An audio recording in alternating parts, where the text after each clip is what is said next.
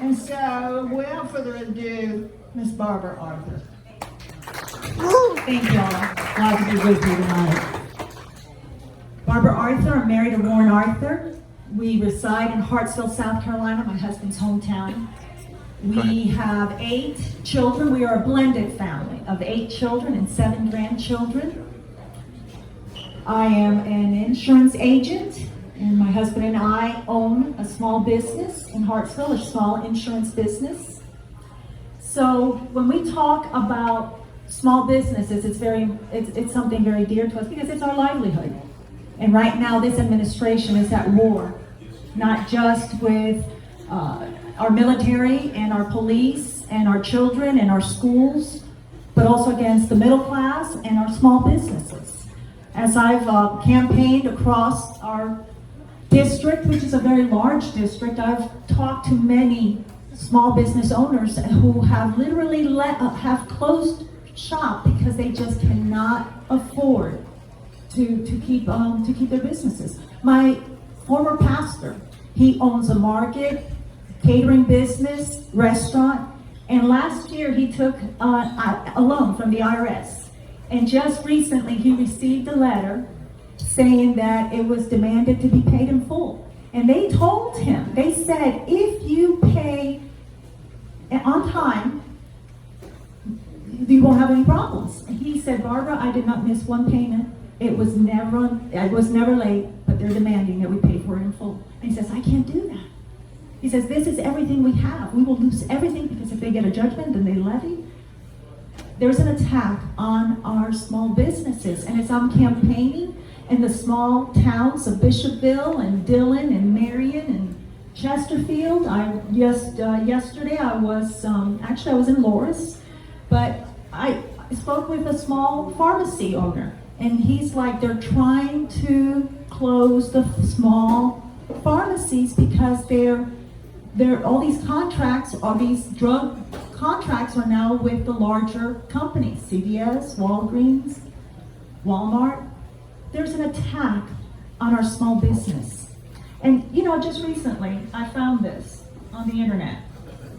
This is Karl Marx, and he says, my objective in life is to dethrone God and destroy capitalism.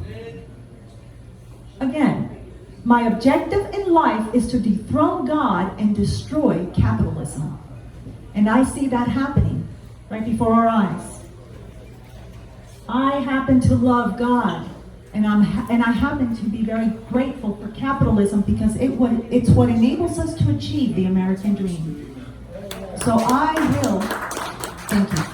will fight for the small business. I will do whatever I can do to help the small business and to rule or vote against anything that will hurt small businesses.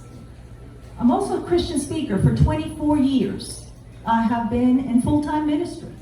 And it was not something I ever wanted to do, but I will say sincerely it's the best thing I've ever done.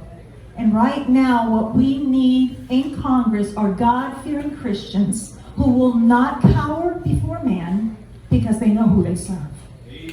I have been walking with my God for 29 years, and my motto has been no compromise. I have practiced no compromise. And that's what we need in Congress. We need people up there who will not compromise.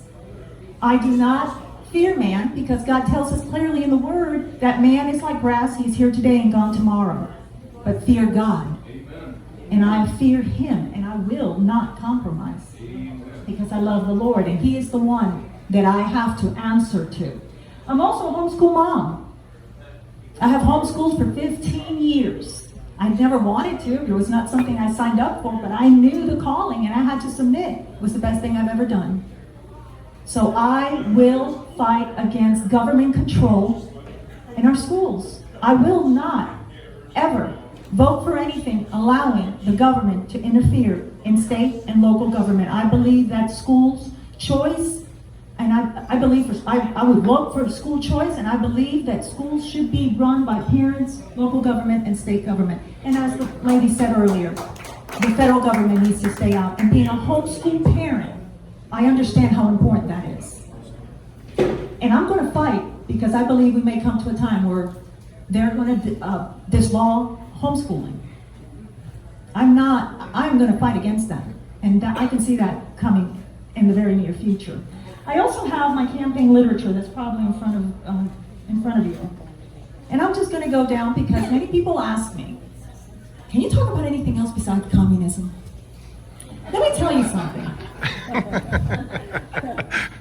When I heard my father, because I know his voice, speak to my heart clearly, back in 2020 as I was working in my garden, and I submitted to what I'm doing right now, I traveled our district feverishly, grabbing a hold of any American citizen that I possibly could, saying, this is communism, what we are seeing, what no one could see then, because everyone was wondering, what is this? I clearly pointed, this is communism. What people are calling socialism, that's just a nice word for communism.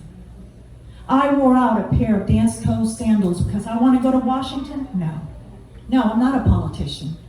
No, I've never had a desire to go to Washington. If I get elected, I'm going to go, and I'm going to do my job first because I fear God. Second, because I love America. And I love my freedom, and I want my children to experience the same freedom that I have enjoyed. I'm going to fight harder than anyone else, anyone in this race, because I know what it's like to live under monstrous tyranny. I remember when, in the middle of the night, my dad came home with a black bag, food he had purchased in the black market, and my mom waking us up so we can eat. I remember seeing my dad, I was 3 or 5 years old, with a black bag, giving it a shake, canned foods fall on the table, and yelling out, look, food! Both my parents at me, in unison, hush girl, the neighbors will hear you. CDR's, Committee for the Defense of the Revolution. I remember that. When you experience that, you never forget it. Today we call them FBI. Today, yes. And during the January 6th incident, children turned in their parents. I was on the Liz Calloway show, and she said, children turned in their parents. Yes, it is a very big deal to me because it's here, and my job has been to tell our district this is communism because y'all have absolutely no idea. No idea. So I took it on upon myself, and yes, that's what I've talked about. But yeah, let me just say, on my card right here, I will fight against socialism, but it's communism. Socialism is just a nice word. Castro went in as a socialist, by the way, full-blown communist. I will fight against critical race theory because it was explained beautifully earlier. I don't need to. It is Marxist in its root. It is General Mao used it in China. It is wicked, it is evil, and it is to divide and conquer. I am pro-life, from the womb to the tomb. Life is precious, it is given by God, and I will protect it. I will always vote for life. Always. Amen. America First policy, what does America First mean to me?